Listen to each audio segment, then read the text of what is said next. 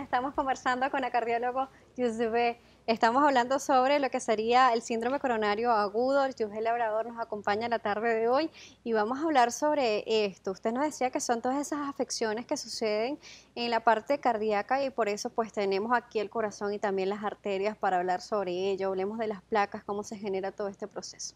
Ok, entonces tenemos que el corazón es un músculo, ok, que está irrigado por arterias y denominan arterias coronarias porque ellas rodean el corazoncito como si fuese una corona. Y los síndromes coronarios agudos se producen generalmente por obstrucción de estas arterias y eso se debe generalmente a la formación de placas. Sin embargo, Daniela, hay otras causas inflamatorias, infecciosas, enfermedades como el lupus eritematoso, otra serie de patologías que nos generan la oclusión de estas arterias, los vasoespasmos, etcétera. Tenemos también participación a través de las redes sociales, en Twitter como @salud_gb para que la doctora Labrador nos las pueda ayudar a responder.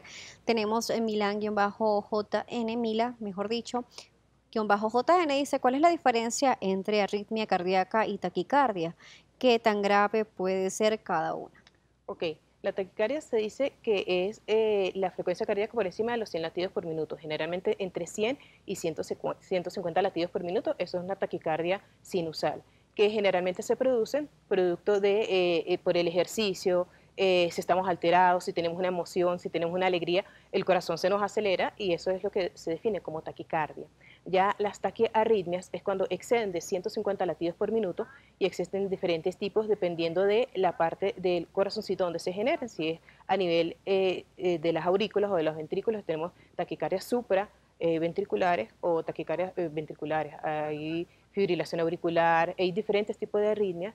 Tienes que acudir al médico, hacerte un electrocardiograma, que es un estudio no invasivo, y en base a eso es que te podemos clasificar pues, el tipo de arritmia. Dependiendo del tipo de arritmia, pues viene la gravedad. Las arritmias fatales son la taquicardia ventricular, la fibrilación ventricular, generalmente cuando se produce infarto, no tratado que tardas mucho tiempo en, digamos, en diagnosticar o el paciente acudir generalmente, y esas son las que causan la muerte.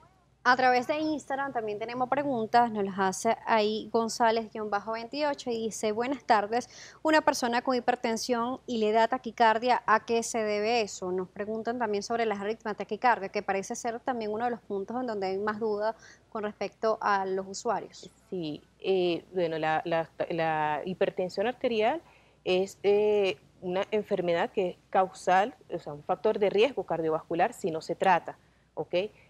No tiene relación con las cuestiones de las arritmias, y eso es otro, digamos, un diagnóstico asociado, o es un paciente generalmente que es sedentario, que no se cuida o no toma medicación. Entonces, un paciente que va a estar hipertenso, va a estar taquicárdico, pues se incrementa el riesgo de padecer una enfermedad cardiovascular, de un infarto, que aumenta el consumo de oxígeno del corazón, o sea, aumenta la necesidad de tener más oxígeno porque un corazón que va a estar siempre acelerado con cargas de presión arterial.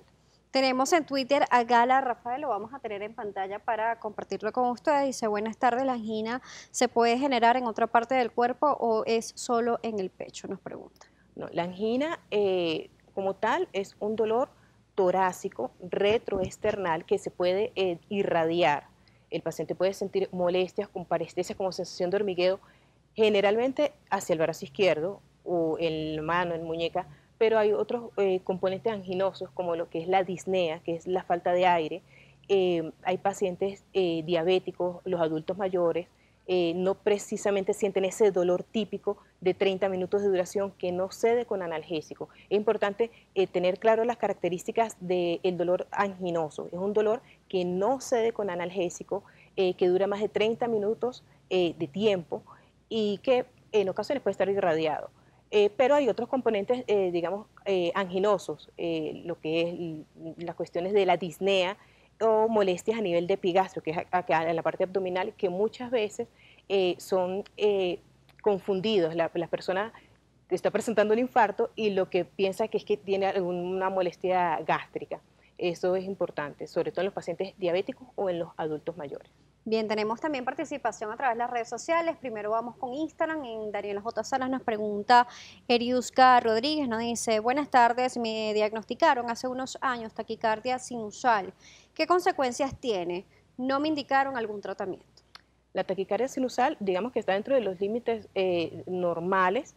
no te indicaron tratamiento, me imagino porque fuiste evaluada y no consiguieron ningún tipo de, digamos, cardiopatía estructural.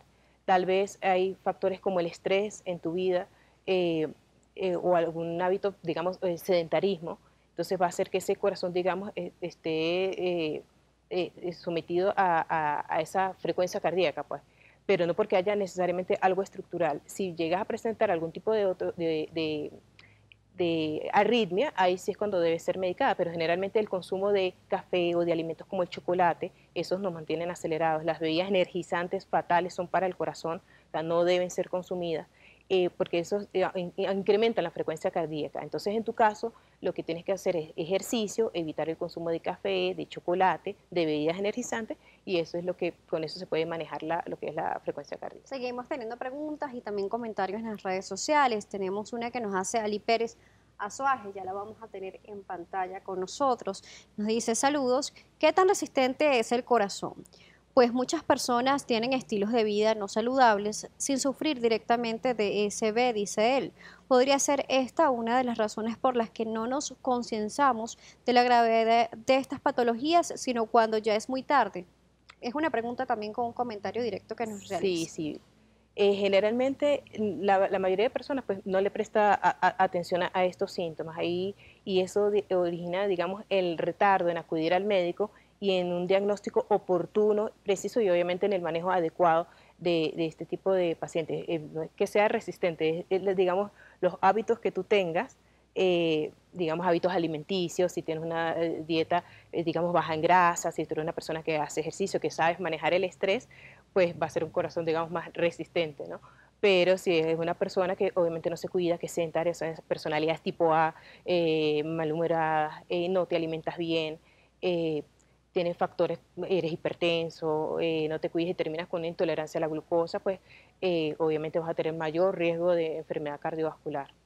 Sobre el síndrome coronario agudo y sobre estas afectaciones, ¿qué recomendaciones nos puede dar además de estas modificaciones de hábitos? Como nos dice usted, hay una que podemos modificar, otros factores que no lo podemos, Sí. pero siempre enfocados a lo que sería la educación y lograr tener una mejor sobrevida. Sí, fíjate, lo principal es la modificación del estilo de vida.